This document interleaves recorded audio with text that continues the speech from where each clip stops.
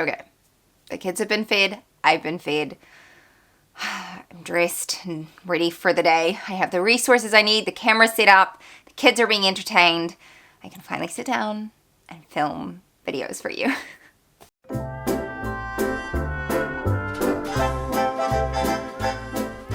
Hey everyone, it's Christine. Welcome to another video here on my channel. Today I'm updating you on our first school term. Our first 6 weeks of the school year has been completed, and I'm here to share with you how it went. So if you're new here, I have 3 kids and I homeschool them, and that's the kind of content that I share here on my channel. And I feel like I try to keep things very laid back and down to earth, because that's kind of how I just do life. I wouldn't say I'm laid back necessarily, but as far as like chatting with friends and stuff, I don't feel like I have to be perfect in order to sit down and have a conversation with a friend. So I hope that that's how my message comes across to you guys as well. I want you to feel very welcome here. And I like to just share how stuff is going for us, because I think that we can all really appreciate having like a personal experience to draw from when we're looking at homeschooling resources and different thoughts and ideas. And also I share with you guys what I'm going to use at the beginning of the year as far as curriculum. And I know that you all appreciate getting feedback on the curriculum that I've picked.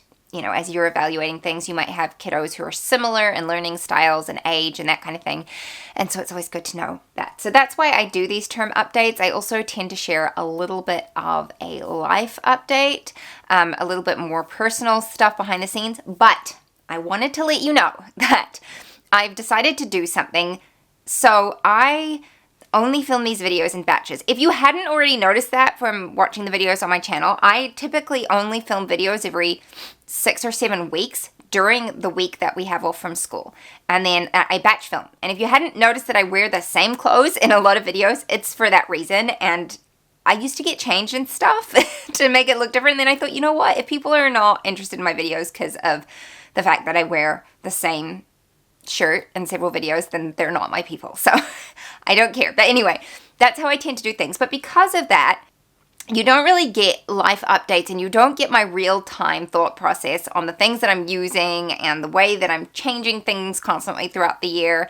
And that can be annoying for some people. It can be frustrating. Like, I often make decisions like weeks ago, and I only tell them to you guys here in this video, like at the end of our term. And so I thought a really fun way to kind of bring you a little bit more behind the scenes and have some more like just personal life stuff and not just maybe strictly homeschooling is to invite you to join a weekly catch-up email that I'm going to send out every week to anybody who wants to be part of that, to join that.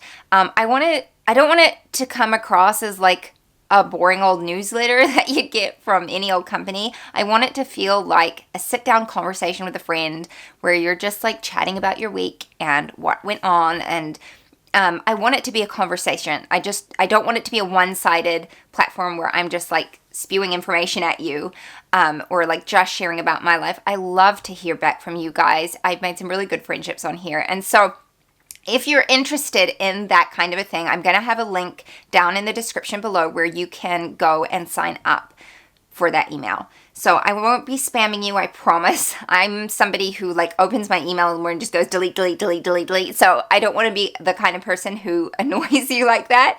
So I don't plan on being that. But I do plan on being a friend to you and just sharing, like I say, you know, interesting stuff that's happening, things that I'm thinking through, maybe just the mundane ramblings of a homeschool mom.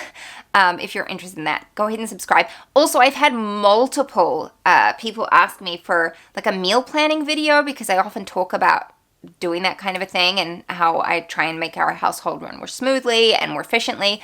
And I just don't really feel called to make those kind of videos here, because I like to stay pretty strictly homeschool on my channel, but I think that email would be a really fun way to incorporate some of that. So I thought I could like share some of the meals that we're doing, because I tend to meal plan 2 weeks at a time. So I can just share with you what meals we had that week or what I'm planning on having, that kind of thing. So there'll be a bit of all sorts in there. Like I said, it's not just going to be like one dimension, because as humans, we are multi-dimensional. You know, we have lots of different interests. And even as homeschool moms, there's so much that we do that isn't necessarily strictly homeschooling, but directly impacts our homeschool. And I think that it would be nice to be able to speak to all of that. And so, yeah, if you want that, go ahead and sign up. I'll leave the link in the description for you below. And make sure that you check your spam folder, because usually, you know, what it's like with new email addresses, your email account always goes, oh my goodness, this could be bad, but I promise it's not. You'll just get like a welcome email from me that kind of shares a few things, and then after that, it'll just be the weekly emails.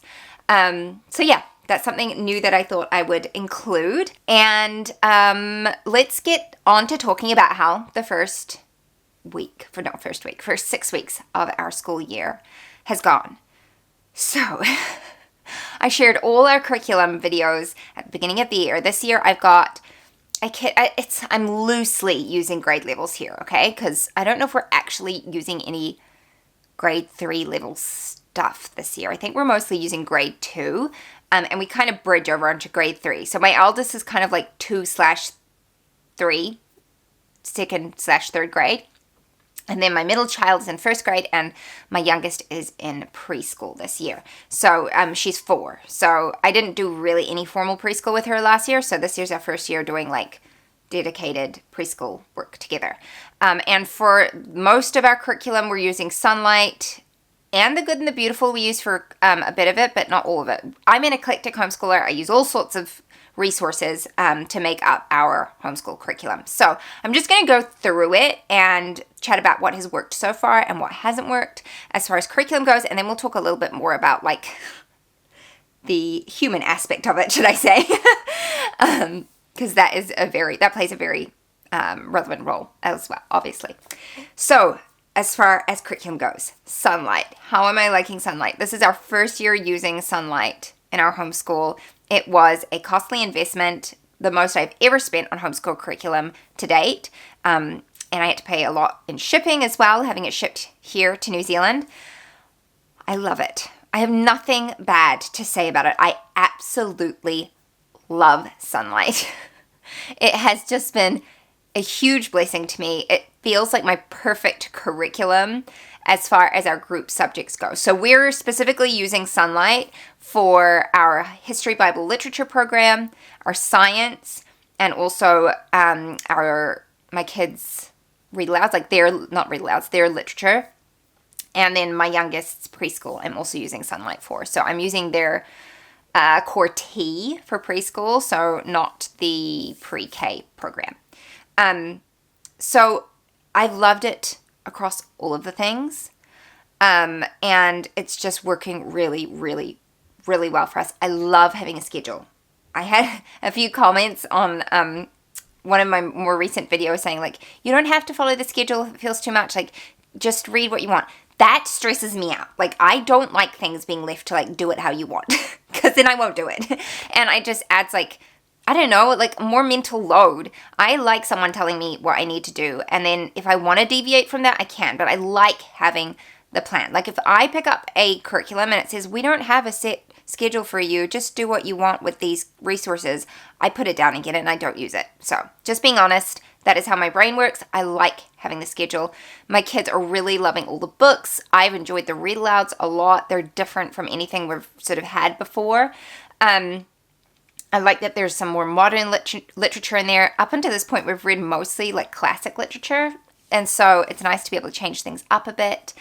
Science has been a big hit. All of us are really enjoying science. It's very, very short and sweet, but it's working extremely well for all of the kids. It's mostly my eldest two who follow along with that. My youngest sometimes does, sometimes doesn't. They really, really enjoy the science videos every week.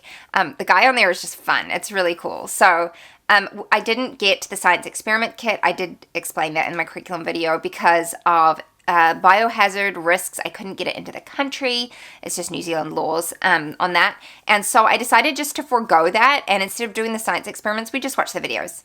And that's been great. So science is going really well. History, Bible literature has gone extremely well. I mean, we're doing U.S. history this year, and it's been very interesting for me, but also for my kids, and it's been really fun to see them connect the dots with different things that they then go out and hear, and being able to pull that back to what we've learned about in school. So loving it. Like I cannot rave about it enough. I love it. I love all the books. It was 100% worth the money to me so far. Okay, so that is those are our group subjects. We've also done hymn study, which is going well. So yeah, nothing really changed with our group subjects at all. Everything has stayed the same with that. We've really enjoyed that. Let's go into individual subjects because we have made some changes there. So I'm using The Good and the Beautiful Level 2 with my eldest for their language arts. That's going really well. He's doing fabulously with it. We're very happy. I haven't really had to make any modifications aside from spelling, which I was already doing last year. We're using All About Spelling Level 1 at the moment.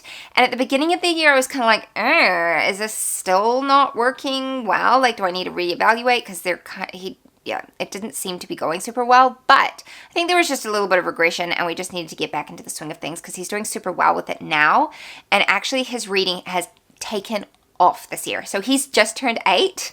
When they say that 8 is kind of like a magic number, there's something behind that, because reading has been a struggle up until this point, and he is just doing super, super well. Like, I'm so proud of him, and he's just like picking up books and reading for himself, and it just makes me so excited and so happy. And because that's just what I desperately wanted for him, was just to enjoy it and to love it and to get lost in books, and just, it expands your world view so much, just to like see the broader world through literature and just the different life experiences. I wanted that for him so badly.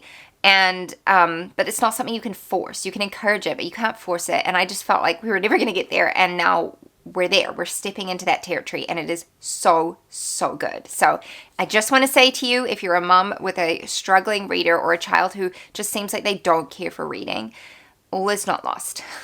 And they may never be an avid reader, and I don't think that that was necessarily my goal. It was more just the enjoyment of it and to be able to look up their interests, you know? So that has been happening. Very happy with that. Happy with the spelling curriculum. We may switch back to The Good and the Beautiful spelling after we finish level 1 from All About Spelling and just modify it a bit. I don't know. I haven't made a decision on that yet. We've only got a few lessons left in that book. That's why I'm sort of thinking that. Handwriting is still going really well. He started cursive handwriting, which has definitely had a learning curve to it, but he's enjoying it, and it's something we're doing a little bit more together, which is fine. He's doing literature from Sonlight, and he has also been doing super well with that. I was kind of like, I wonder how he'll do with this, because I set it as independent reading. So I send the kids off to go and read on their own, and then they come back and narrate the story back to me and answer any questions I might have for them. He's doing super well with that. And then the last subject is math. And math is completely different to what we were going to do this year. So I'm going to do a whole video on the reasons why we switched our math curriculum. So, because I feel like it's, like I can speak a lot to it, and I'm going to do like an overview of the math curriculum we switched to, which if you are following me on Instagram, you already know this, and maybe you even know it from following me on YouTube, because I think I've kind of showed a couple sneak peeks. But we switched to Math with Confidence, and we actually switched for my son the first day of school. And this is not anything negative for like the Good and the Beautiful math, because we've used that and loved it for years, but Math with Confidence was 100% the right choice for us this year. And I had no plans to use it until the first day of school, and then I was like, this is not going to work. We need to switch to Math with Confidence, and that has been a huge blessing to our family. He's doing incredibly well with that. He's using their level 2, so their grade 2 math right now. Some of it is too easy for him, and we've skipped past certain concepts, but other concepts he's needed to reinforce. They're bringing out their grade 3 math this summer, I think, or this spring, in the US, not in New Zealand, because that would be a while away. And I plan to purchase that, and we'll move on to that when he completes grade 2. But grade 2 has been really good review, and it showed up some areas where he hadn't nailed down his math facts. For instance, he's got his addition math facts down pat, like we did not really need to go over that at all. But subtraction we have needed to work on a little bit. And so, yeah, I'm very, very happy with the program. He loves it. He loves the games. That's been a huge blessing. So let's move on to my first grader. I had the level 1 language arts from the Good and the Beautiful picked out for her to use this year, but she still had some of level K to finish off. So we sort of started from where we had left off last year, and she had just regressed a lot with that. And so I made the decision to actually restart level K with her. She's only 6, so it's totally fine. And I kind of was like, we can either battle through this and she's just not enjoying it, or we can go back and some of it will be super easy for her, but she'll be really confident and she'll be enjoying what she's doing. And so I made that decision, just seemed to make sense. So we started at the beginning, and now all of a sudden she just like, I want to say in the last like week or two of our term, she just made a huge jump in her abilities. And so I skipped a whole bunch of the book that I knew. Like she's just well and truly mastered CVC words. We do not need to do any more practice on that. And so we're moving on to more special blends now. So I think we're about halfway through the level K book now, maybe a little bit less than that, but around that area. And my plan for her is just to continue with that, and then we'll move on to level 1 once she's completed that. So she's doing well with that. She's doing excellent with handwriting. And then her literature, it's been interesting because she's only 6 and she's doing grade 1 readers, which some of it's more advanced than what she's learned so far in The Good and the Beautiful, but I kind of thought it would be good to sort of like push her a little bit and see what she can figure out on her own without me sitting over her shoulder. And so far she's doing really well. So right now she's doing well with the Sonlight readers. I definitely have had to like make sure she's reading it and not just skipping parts, but she's getting better and better. So it's been good for her as well. And then her math, we also switched from The Good and the Beautiful to Math with Confidence. So I had every intention of doing level 1 math with her. I printed it out. I had it all beautifully set up for her. And she's stronger in the language arts department than she is in math, whereas my son's the opposite way around. And I already had sort of like some misgivings last year with math with her, and I didn't necessarily think it was the curriculum. I still don't necessarily think it's the curriculum, or if it's just, her and her unique self. But she needed more reinforcement with her math facts, and I have been incredibly impressed with how well she's done with Math with Confidence. I thought she would never learn how to count by 2s. And now she's doing it. And so, yeah, extremely happy with that. So like I said, I'll do a whole video on that and I'll chat about it and do an overview of the curriculum for you. I'm also planning on some flip through videos so you can see those as well. And that'll be all coming up at some point. So that's her and her individual studies. She's doing really great with that. And then my youngest child, I've been using The Good and the Beautiful preschool and also Sonlight preschool with her. She has just been a joy and a delight, and it's been so cute doing school with her. Sonlight's been fabulous. I love it. The exposure to good books has been just beautiful. She loves crawling up into my lap and reading with me. I love her crawling up into my lap and reading with me. It's just the best. And then The Good and the Beautiful preschool, we've done the first unit, and I want to just say this to anybody who has preschoolers who maybe is going through this the first time as a homeschool mom. If your preschooler is not retaining anything as far as the alphabet, don't panic. It's fine. Because my daughter is 4 years old. I've already taken 2 other kids through preschool, so I kind of know how things go a little bit now. And she's just not retaining it. Like, she'll still often look, a lot of the time she can get A, but pretty much any other of the letters she's learned so far, it's like anyone's guess as to what sound is gonna come out of her mouth.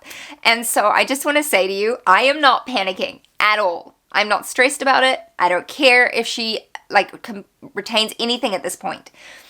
It takes time, and it will just click one day, and they will just get it, just like reading. And so if you are a parent with a preschooler who's just not retaining the letter sounds and the alphabet, don't worry, it will come. Just keep exposing them to it. Keep going over the things. Don't show any frustration if they don't get it. It's fine. They will get it eventually. So we've done the first unit. She's not retaining anything really. She's little bits here. So we're doing the practice sheets, and then I will move on to the next unit, and we'll just keep going over things. We'll go over flashcards and stuff. I'm really not worried. I have been thinking about what I'm going to do with her next year, but a lot of it will depend on how this year goes. I don't necessarily want to do level K from The Good and the Beautiful with her next year. If I do, I think I will only do the first half of it. And so I'm kind of wondering if we can stretch out preschool this year and just sort of hodgepodge a few things. And then next year we might do pre-K and then half of level K and then move on to the rest of level K the following year. I don't know. This is like obviously me thinking long term, but yeah, that's where my head's at there. But she's been doing fabulously, and it's just been really, really cute to see her do that. So now let's talk a little bit more about the human aspect of homeschooling and like the everyday logistics, the schedule. The schedule I'm incredibly happy with. I did do a video on that. I can link it for you here, where I shared our daily schedule. Pretty much that has gone to plan, and I've been very happy with it, and the kids are doing well with it. It just, our days have flowed really well. What I will say is that the first term of homeschooling, school was easy. The homeschool curriculum we picked and we're using, all the curriculums have gone incredibly well. We're very happy with them. What was the challenge for the school term was attitudes, and also just adjusting my expectations, not of my children, but of my time and how much I can fit in a day.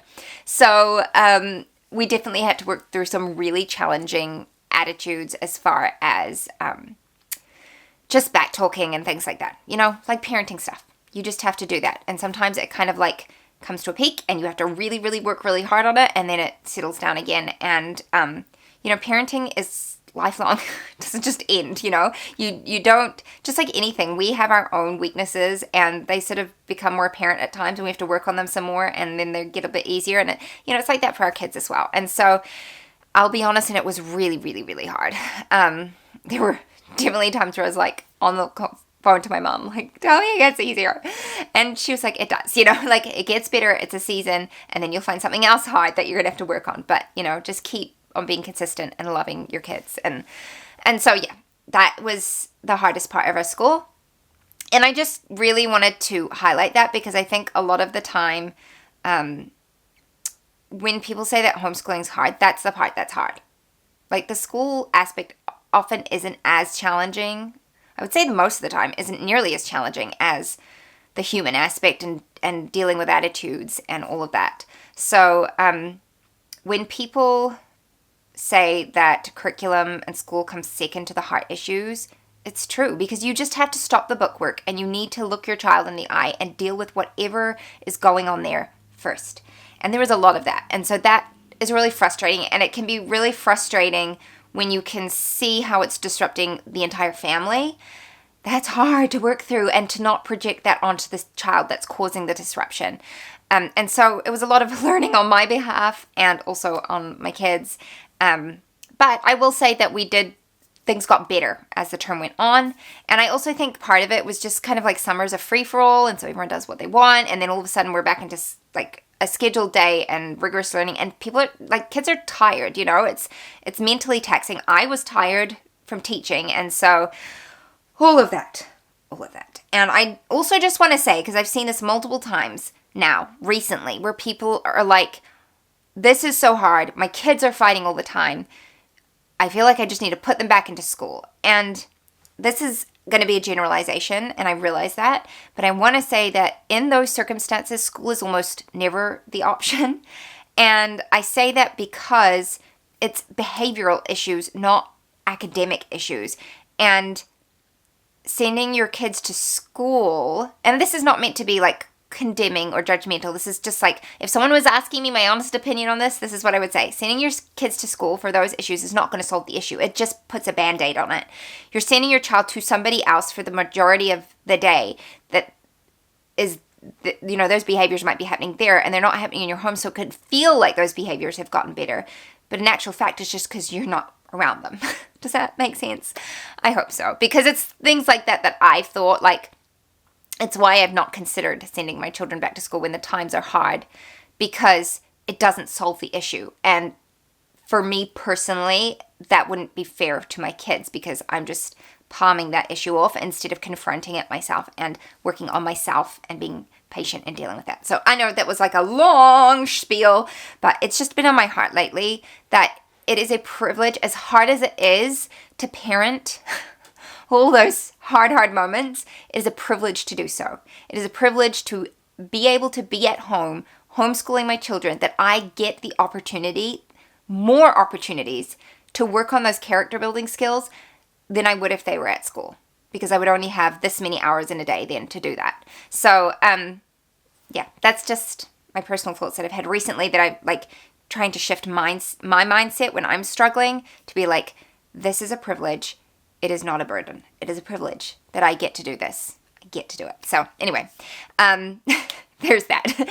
And then the thing that I really struggled with this term was just resetting my expectations of how much I was capable of getting done. So I went from like summertime where I had all day to clean my house and, you know, work in the garden and do little bits and pieces here and there, to adding school back in and activities back in. And all of a sudden, the time in which I could clean my house and work in my garden and do all the other odd jobs went from like all day to like 2 hours.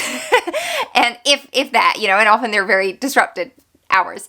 And so I was trying to work at the same capacity I was during the summer, and it did not work, obviously. And I found myself very frustrated with myself because I was like, why can't I do this, you know? And then I really had to have a good hard look and be like, Christine, like, you are only human and everybody has the same number of hours in a day and you cannot fit all of the things in. So I've given myself a lot more grace. My house is a lot messier than it was during the summertime. And I don't love it, but it's just reality. And school comes first, my kids come first, and the house still gets picked up and everyone works on that, but we also only have so much time. So there are seasons where the house is going to be messier than others, and I have to be okay with that. So it was as hard as like those challenges were. I will say that it probably was our best school term to date. I enjoyed it very, very much. The kids' extracurriculars are going well. I did switch one thing. My camera just switched off on me because I've been talking too long, so I need to wrap this up. But I was just going to say I did switch one thing, and that was that we were going out almost every single day of the week. And I was exhausted. I am a homebody. Leaving the house every day is like too much. And so I ended up switching my son's gymnastics class to the same day as our homeschool meetup, which is a Tuesday. And that means we don't have to go anywhere on a Monday, and it is glorious. And so that made a big difference to how overwhelmed I was feeling. So we have 2 days at home now during the week. And that's just wonderful because I also have my blog that I run. And so to have those days where I don't have to go out and I can sit down and hunker down and work a bit is really super helpful. So, I do need to tell you something we're adding in. Oh goodness, I hope you made it to the end of this video. I'm going to be talking more about this in upcoming videos. Hang on, I'm going to grab it. So there's one thing I am adding into our school, and I happened upon this week. I had no desire to add anything else in, but then I saw this and I was like, I have to add this in. So this is Morning Virtues from Gentle and Classical Press, and I've used some of their preschool stuff before, but nothing really else.